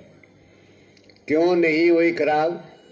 क्योंकि इनके अंदर में दवाइयों का काम इन चीज़ों ने करना शुरू कर दिया है। जो काम दवाइयाँ करती थी बल्कि वो नुकसान करती थी, ये उल्टा शक्ति भी देने लग गई शरीर को भोजन, और साथ में दवाई का काम भी करने लग गया, और इसलिए रोग भी आपका ठीक हो गया और शरीर में फुर्ती स्फूर्ति भी आ गई। कोई व्यक्ति जो यहाँ आया है, कोई व्यक्ति ये बता दो कि जी मैं पहले से कमज़ोर हो गया, बीमार हो गया, ज़्यादा रोगी हो गया, तो बता दो कोई दवाई नहीं खाई इसलिए हो गया। सब लोग हष्ट पुष्ट हैं, स्वस्थ हैं सारे। किसी को नुकसान हुआ हो तो बता दो, क्योंकि इन चीज़ों में कोई नुकसान होने वाली चीज़ है ही नहीं जो आपको नुकसान, बल्कि नुकसान तो दवाइयों से हो रहा था, उनको बंद करवाया हमने। जो गलत भोजन खा रहे थे उनसे हो रहा था, उन चीज़ों को बंद किया हमने। तो इस प्रकार से ये है एक जो ज़्यादा जिनको बीमारियां लगी उनका भोजन। अब जिनको अंदर ज़्यादा मोटापा नहीं, कम मोटापा है, ज़्यादा रोटी के बगैर रह नहीं सकते हैं, थोड़ी मेहनत भी करते हैं, वो एक टाइम शाम के टाइम रोटी खा लें। सुबह का वही रूटीन रखें, शाम के टाइम में रोटी खा लें। रोटी के अनाज के अंदर में थोड़ी मात्रा कम करने के लिए ये पालक को पीस के चटनी बना के इसमें आटा गूंद लें। गूंद करके उसकी रोटी बन जाएगी, अनाज कम हो जाएगा, पालक ज़्यादा हो जाएगा, उसकी रोटी बना करके खा लें।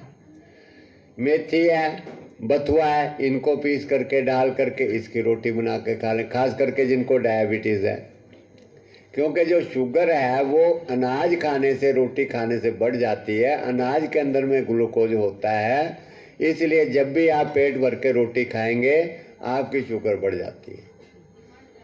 फिर आपको जो है ऊपर से इंसुलिन लेनी पड़ती है या आपको दवाई खानी पड़ती है उसको कम करने के लिए। तो जब आपकी शुगर जो है बढ़ेगी नहीं, अनाज आप कम खाएंगे, उसके अंदर आधे से ज़्यादा मेथी पालक हो गया, इसमें शुगर है ही नहीं, बल्कि ये तो शुगर की दवाई है प्राकृतिक, उल्टा। तो शुगर बढ़ेगी कैसे? अगर 10-20 पॉइंट बढ़ भी गई तो उससे कोई फर्क नहीं पड़ता। 100 की जगह 125 होगी, 150 होगी, तो क्या भी फर्क नहीं पड़ता उससे। आपको बिल्कुल नॉर्मल शुगर है, 160 तक नॉर्मल शुगर है, 70 तक 200 भी है, तब भी आपको कोई नुकसान नहीं होने वाला। और जैसे जैसे आप चीज़ों को अपनाएंगे आपके पैंक्रियाज इंसुलिन काम करना शुरू कर देगी, हफ्ते 10 दिन, 15 दिन, 20 दिन, महीने, 2 महीने में, तो फिर उसके बाद आपकी शुगर और कम हो जाएगी। फिर आप थोड़े थोड़े मीठे फल खा लें, कोई मीठी गुड़ खाने को छोटा मोटा जी करता है वो भी खा लें, फिर भी आपकी शुगर नॉर्मल रहेगी, शुगर आपकी नहीं बढ़ेगी फिर दोबारा। इस प्रकार से आपकी शुगर, ब्लड प्रेशर, जो खून गाढ़ा हो गया, इनके रसों से खून भी पतला होता है, साफ होता है खून। और जो खून साफ हो जाएगा, पतला हो जाएगा, तो दवाई जो है 2-4 घंटे खून को पतला करती थी, फिर खानी पड़ती थी, और ये हमेशा के लिए खून को पतला कर देता है रस। तो इसलिए आपका हमेशा के लिए ब्लड प्रेशर ठीक हो जाएगा, दोबारा आपको बीपी बढ़ेगा ही नहीं, कभी नहीं बढ़ेगा। तो बीपी की गोली से भी छुटकारा हो गया आपका। इस प्रकार से गैस एसिडिटी आपको बनती है, इन चीज़ों से गैस बनती नहीं है। एसिडिटी अंदर की गंदगी जो चिपकी हुई है उसको भी साफ कर देते हैं। अभी कुछ वक्त डकार मेरे को बहुत आते हैं, यही कह रहे डकार बहुत आते हैं।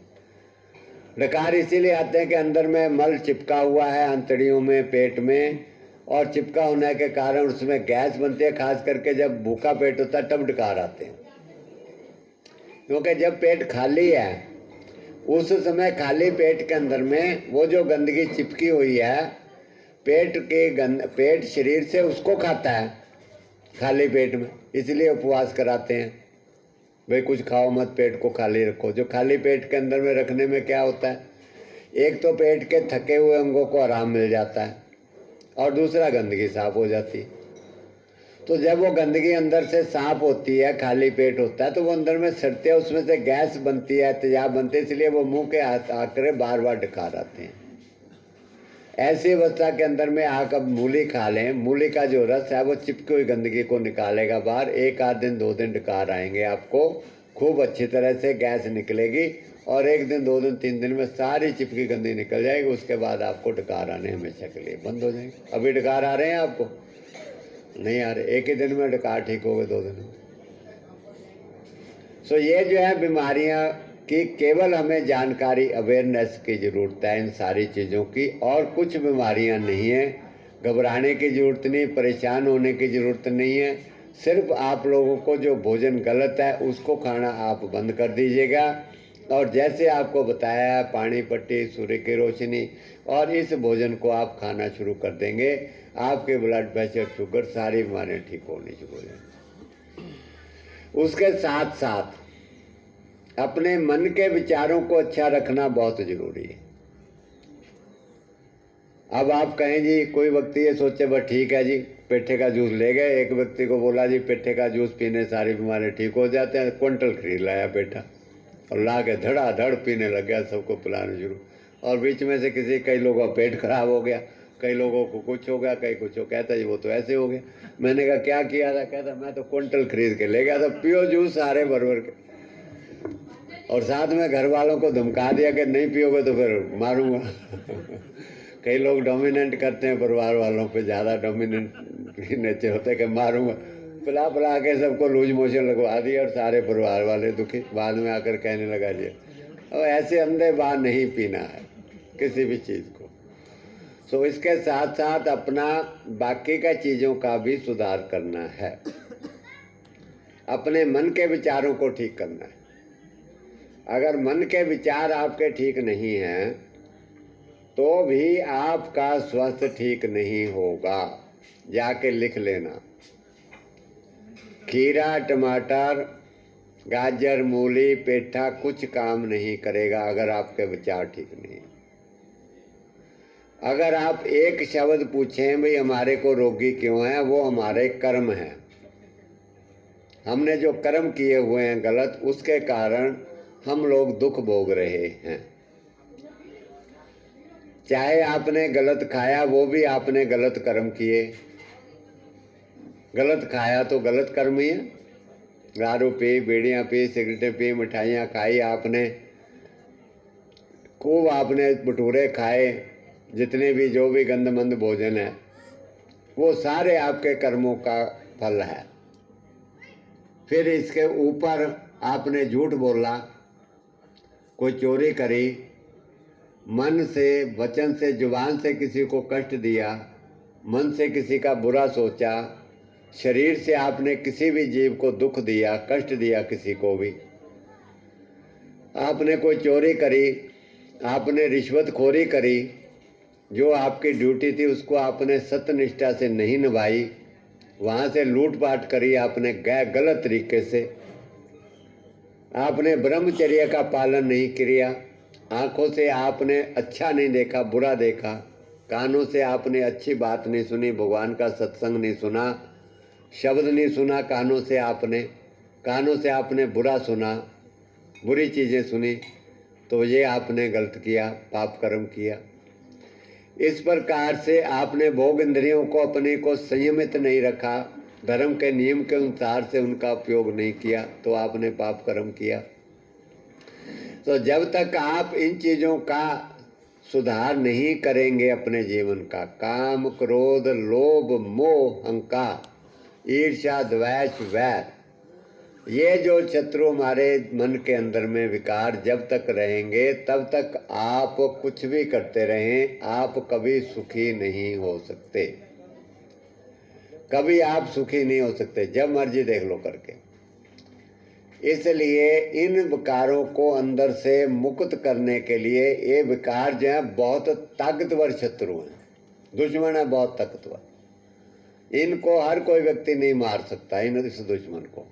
आप अपने घर में ताला लगा सकते हैं, चौकीदार बैठा सकते हैं, बाहर से दुश्मन से डंडे से लड़ लेंगे, बंदूक से लड़ लेंगे, लेकिन वो तो अंदर ही बैठे, उनको तो पता ही चलता कब क्रोध आ जाए। जरा सी बात पे क्रोध आ गया तो बस ये सारा तनाव हो जाएगा, आपके अंदर जहर फैल जाएगी, सारे शरीर के अंदर आपकी पाचन क्रिया खराब हो जाएगी, आपकी शक्ति सारी नष्ट हो जाएगी।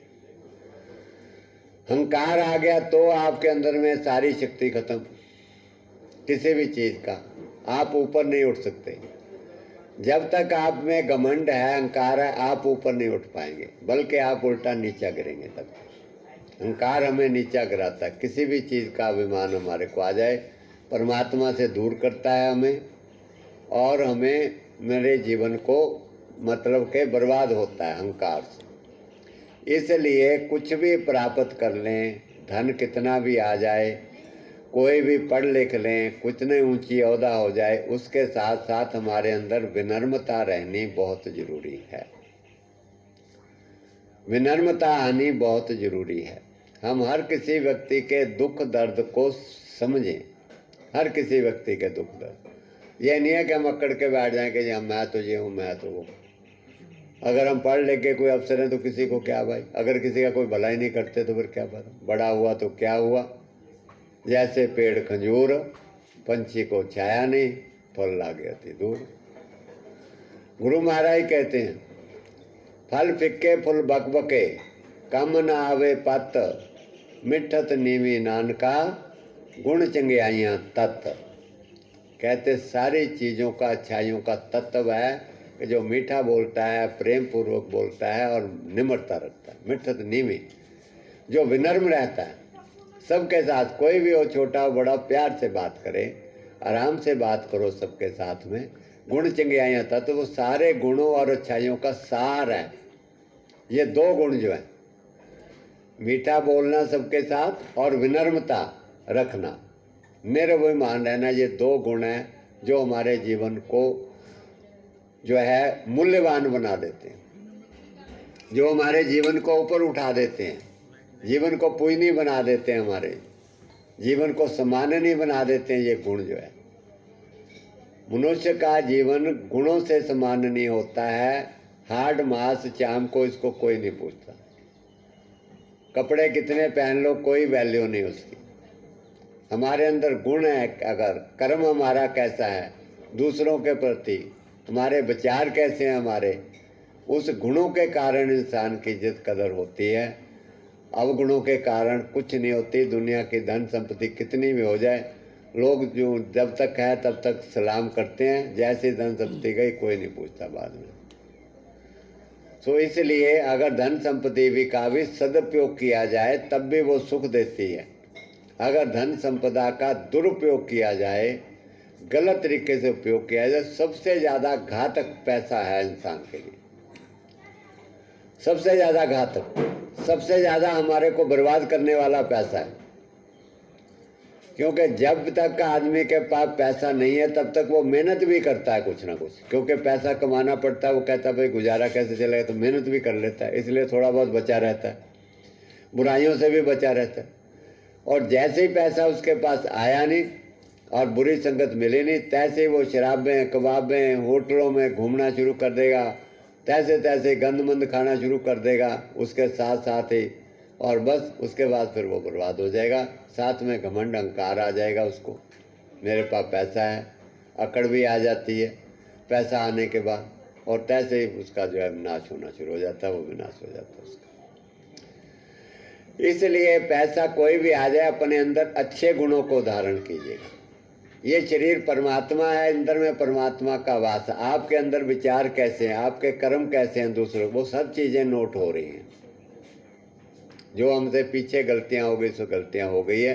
अब आगे के लिए हम सबके लिए कोऑपरेटिव रहें, सहयोगी बन के रहें, एक दूसरे के दुख को सुने। जो लोग यहाँ सेवा करते हैं उन्होंने बताया ना कितना मज़ा आया उनको सेवा करने में, कितना मज़ा। कई लोग तो बाथरूम साफ करते हैं यहाँ आकर के, और जिनको नहीं समझा वो कहे बाथरूम साफ, नाट पे वो लगाएंगे कि बाथरूम साफ कर बाद। ये तो उनको पता जो बाथरूम साफ करते हैं कि उनको अंदर से क्या मिलता है, क्योंकि एक तो अभिमान जाता है अंदर से, और दूसरी सेवा करते हैं। और जब आदमी निर्अभिमान होकर सेवा करता है तो परमात्मा की अमृत बरसता अंदर, आत्मा में अमृत बरसता। फिर वो उसके अंदर में परमात्मा उसको अपनी ओर खींचता है, फिर उसका परमात्मा की ओर ध्यान लगने लगेगा। जब तक मन के अंदर अभिमान है तब तक तुम्हारा ध्यान प्रभु की ओर नहीं लगेगा। जब तक मन में विकार है, कितना भी आंखें बंद करके बैठे रहो, ध्यान लगेगा ही नहीं तुम्हारा मन प्रभु की ओर। और जिसका प्रभु की ओर ध्यान लग गया उसने सारी दुनिया का खजाना पा लिया। ये भी बात है, जिसका प्रभु की ओर ध्यान लग गया उसको किसी चीज़ की परमात्मा कमी नहीं होने देता। सबसे बड़ी बात है कि उसको अंदर से वो तृप्त कर देता है, उसके अंदर से भूख ही खत्म हो जाती है माया की और सब चीज़ों की। वो कहता है मेरे को चाहिए कुछ नहीं है, अगर उसके पास जो कुछ भी फालतू होता है वो भी बांट देता दुनिया को। चल भाई जरूरतमंद ले जाओ, कोई बात नहीं ले जाओ, उसके अंदर में इतनी शक्ति आ जाए। और जिसके प्रभु का ध्यान नहीं करता, माया के साथ चिपटा, वो लाखों करोड़े होते हुए भी उसको लगेगा इसको भी निचोड़ लूँ, इसको भी निचोड़ लूँ, दमड़ी तो किसी को देता नहीं है, और इधर से भी ले लूँ, उल्टा उसको लेने की भावना बनी रहती है। भूख अंदर में लगी रहती है हर वक्त कि मेरे को और आ जाए और आ जाए, और भूखा रहता, देता कुछ नहीं, किसी दे सकता भी नहीं। इसलिए अपने अंदर में अच्छे गुणों को धारण कीजिएगा। यहाँ से अब आप लोग जाएंगे, जाकर के आपके घर वालों ने अगर जाते ही आपको कहा कि भाई आप लोग तो बदल गए, वैसे तो नहीं रहे, तो समझो आप कुछ ना कुछ करके गए हैं। यहाँ से आपने कुछ नहीं कहना मैं ये सीख के आई हूँ, मैं ये सीख के आया हूँ, मैंने ये किया, मैंने वो किया, दवाई, कुछ नहीं बोलना जाकर किसी को, बस चुपचाप जाके बैठ जाना है। और जो कुछ मैंने बोला वो आपके कान में गूंजते रहने चाहिए सब बातें, और चुपचाप बैठे रहो। और अगर जाकर के वो आपके घर वाले कहें भाई कुछ चेंज आ गया, कुछ बदल गया, तो समझना कुछ लेकर के गए हो।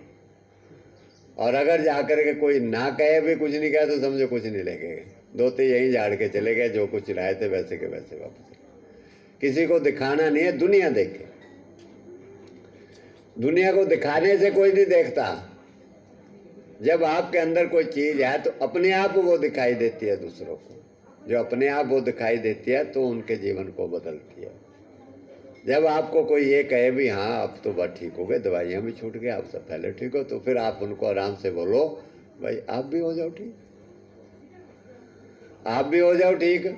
मुझे आपको लग रहा है कि मैं ठीक हो गई हूँ, ठीक हो गया हूँ, तो आप भी हो जाओ ठीक। अब ऐसे आप भी बन जाओ ऐसे, फिर वो धीरे धीरे उनका प्रभाव पड़ेगा, फिर वो भी ठीक हो जाएंगे। घर के अंदर में आपका कहीं किसी के साथ क्लेश नहीं होना चाहिए। पूरे समाज में किसी के साथ भी, ज़्यादातर क्लेश जितने भी हैं समाज में मैं देख रहा हूँ गलत जुबान बोलने के कारण, गलत बोलने के कारण ज़्यादातर झगड़े झमेले। जो आया मुंह से निकाल दिया, और आगे वाले के अंदर में भी इतनी पेशेंस नहीं है, आगे उसने भी जो आया बोल दिया, फिर उसने बोला, बस टेंशन तनाव क्लेश खड़े हो गए, लड़े जाओ। ये मनुष्य जीवन जो है वो हमें झगड़े झमेले में कहें बर्बाद करने के लिए परमात्मा में नहीं दिया। ये हमारे को, ये परमात्मा की भक्ति करके परमानंद पाने के लिए हमें मिला है। और हमें अपना ध्यान ईश्वर की ओर लगा के रखना है, तो कोई झगड़ा नहीं, कोई झमेला नहीं, मौज ही मौज है। कोई दूसरा व्यक्ति हमें कहता रहे तो कहता रहे कहते रहो भैया, हमारी बुराई करते रहो, बल्कि उतने हमारे पाप साफ करेगा, उतने हमारे पाप खाम खाम अपने ऊपर लाद लेगा। तो इससे बढ़िया भक्ति हमें कौन मिलेगा। करो भैया बुराई, खूब करो, करने दो उनको। आपकी भी बुराई करेंगे लोग, करते होंगे वहां पर, क्या करके आई है तू वहां, क्या करके आया तू वहां पर, कुछ नहीं किया तूने, ऐसे कर दिया तूने, वैसे कर, चुपचाप करते रहने दो, बोले जाने दो। और कुछ दिन बाद देखेंगे वही लोग आपकी तारीफ करनी शुरू कर देंगे। जो परिवार वाले आपके बुराई करते हैं ना, वही कहेंगे यार नहीं नहीं तू ठीक कराया, नहीं तू ठीक कराया, वही तारीफ करने लग जाएंगे। वास्तव में संसार के लोगों को ये पता ही नहीं क्या अच्छा क्या बुरा, पता ही नहीं है किस चीज़ की बुराई करनी है, किसकी तारीफ करनी है, उनको समझ ही नहीं। बहाव में बह जाते हैं वो तो बस फटाफट। इसलिए उनसे प्रभावित नहीं होना है। घर जा कर के जो भी कहें, अच्छा कहें बुरा कहें, और आपने जो यहाँ से खाना पीना सीखा, अपना खाना पीना आपने वैसा रखना है।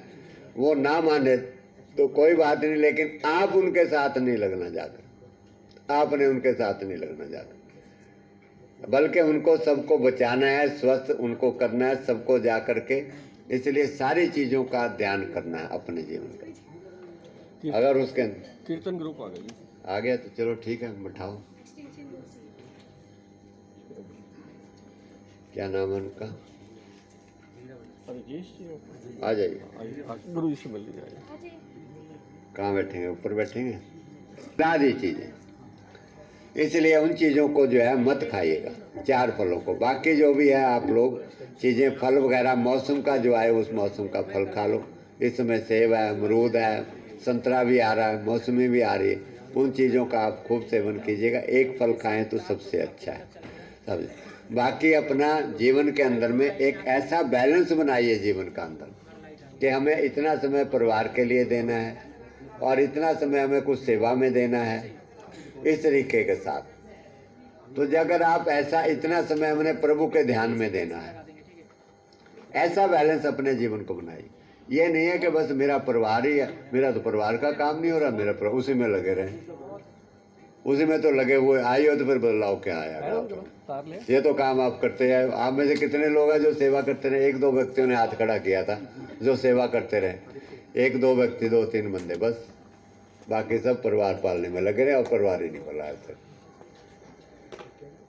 आप अपने तक सीमित रहेंगे तो आपका काम भी नहीं होगा। अपने विचारों को पूरी तरह खोल लीजिए। सारे विश्व को अपना परिवार समझिएगा आप, पूरे विश्व को अपना परिवार। जिस समाज में आप रहते हो सारे समाज को अपना परिवार समझिएगा आप, सबको।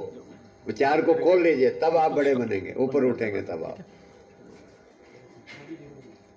और 1 घंटा 2 घंटे जब भी आपको समय लगे, कुछ ना कुछ आप समाज सेवा के अंदर में दिए। जब भी आपको टमे लगे, आस पड़ोस में कोई भी है, किसी को कोई बीमार है, घुटने दर्द है, उनको मिट्टी लगा दीजिएगा, उनके तेल की मालिश कर दीजिएगा। कोई बुजुर्ग है कि लाओ माता जी मैं कर देती हूँ, आप यहाँ से जो सीख के गए हो, लाओ मिट्टी लगा देते, देखो माता खुश हो जाएगी, दुआ देगी तुम्हारे को और तुम्हारा जीवन खुशहाल हो जाएगा।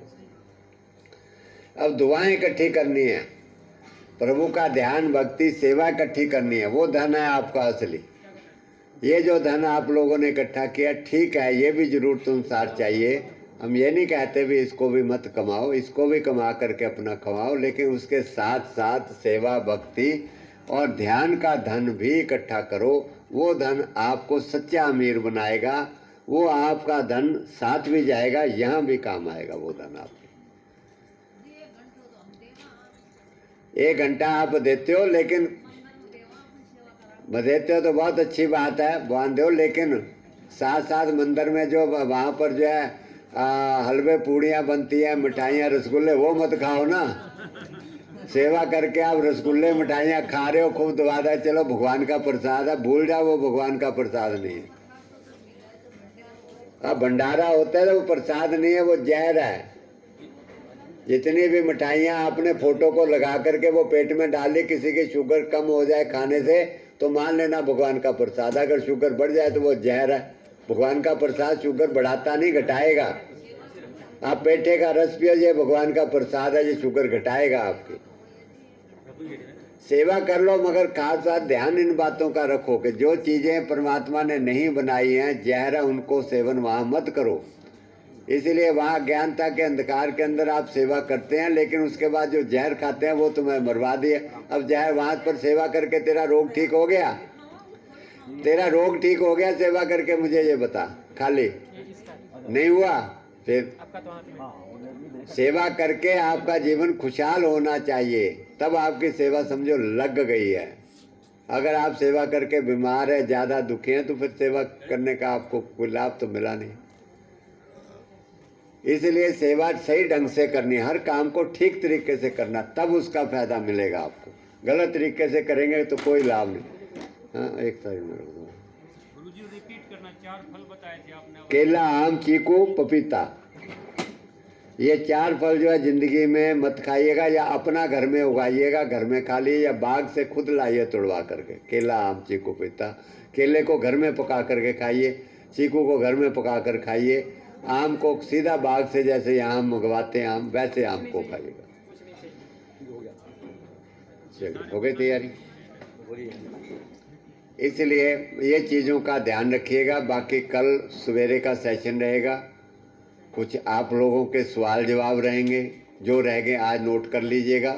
सुबह के सेशन में आपके सब के सवालों का जवाब दिया जाएगा, और शाम का सेशन होगा 2 बजे से 2:30 बजे से 4 बजे, 3-4 बजे तक।